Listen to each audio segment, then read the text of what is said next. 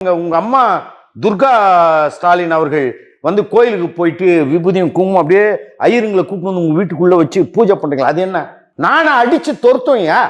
இவனுங்கெல்லாம் இந்த பெரியார் அயோக்கியனுங்க வந்து மேடையில பேசுவானுங்க என்னன்ட்டு, அதாவது பெண்ணடிமை ஒழிக்க பாடுபட்டா பெரியாருமா. நீ ஒரு துளி பண்ணியா உன் ஒவ்வொருத்தன் பொண்டாட்டி பாருங்க, ஒரு 50,000 நகை போட்டுன்னு நல்லா ஒரு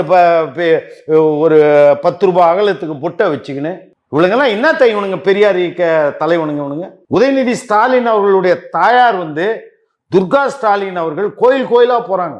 உங்க அம்மா வந்து விபூதி குங்குமம் வச்சுன்னுக்கிற, உங்க கட்சியில் இருக்கிறவனுங்கெல்லாம் வச்சுன்னுக்கிற, எங்க சொல்லுங்கிற, யாருக்கு சொல்லுங்கிற சனாதானம் அப்படின்னு மக்களுக்கு சொல்றியா? உங்க கட்சிக்காரங்களை உட்கார வச்சு சொல்லு, உங்க அம்மாவை உட்கார வச்சு சொல்லு.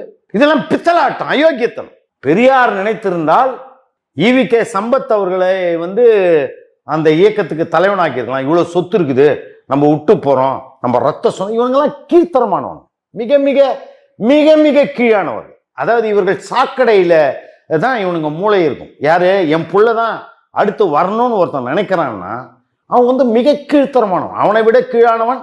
அதுவும் ஒரு ஜனநாயக கட்சி வெக்கப்படணும். உனக்கு வேண்டிய காசு எடுத்துன்னு ஓடிடணும். எவனாவது கட்சி இருக்கட்டும், சாவட்டும். புரியுதுங்களா? ஆனால் இவர்கள் தன் மகன் தான் வேணும். அந்த ஆள் நினைக்கிறான், கருணாநிதி நினைச்சிருக்கான், திட்டம் போட்டிருக்கான், வைகோவை அனுப்பியிருக்கான். புரியுதுங்களா? அது மாதிரி இவனுங்களாம் பல பேரை அழிச்சிருக்கானுங்க. அதுக்கு அடுத்து வரான் அந்த உதயநிதி, இந்த இவர் ஸ்டாலின் வர்றார். அவர் என்ன நினைக்கிறார்? தன் மகன் தான் வரணும். உடனே அவனை கூப்பிடுறாரு, அவனை அமைச்சராக. அந்த இவர் வந்து அடுத்த மகனையும் கூப்பிட்டு வரான். இப்போ இவனுங்கெல்லாம் வந்து யார்? இதெல்லாம் எங்களை மாதிரி ஆளுங்களை பார்க்கும்போது கீழ்த்தன்மை வாந்தி வர்ற மாதிரி அயோக்கியம். என்ன இவனுங்கெல்லாம் வந்து மலத்துக்குள்ளே இருந்துக்கிட்டு ஏதோ ஓவியம் வரைகிற மாதிரி எங்களுக்கு தோணும்.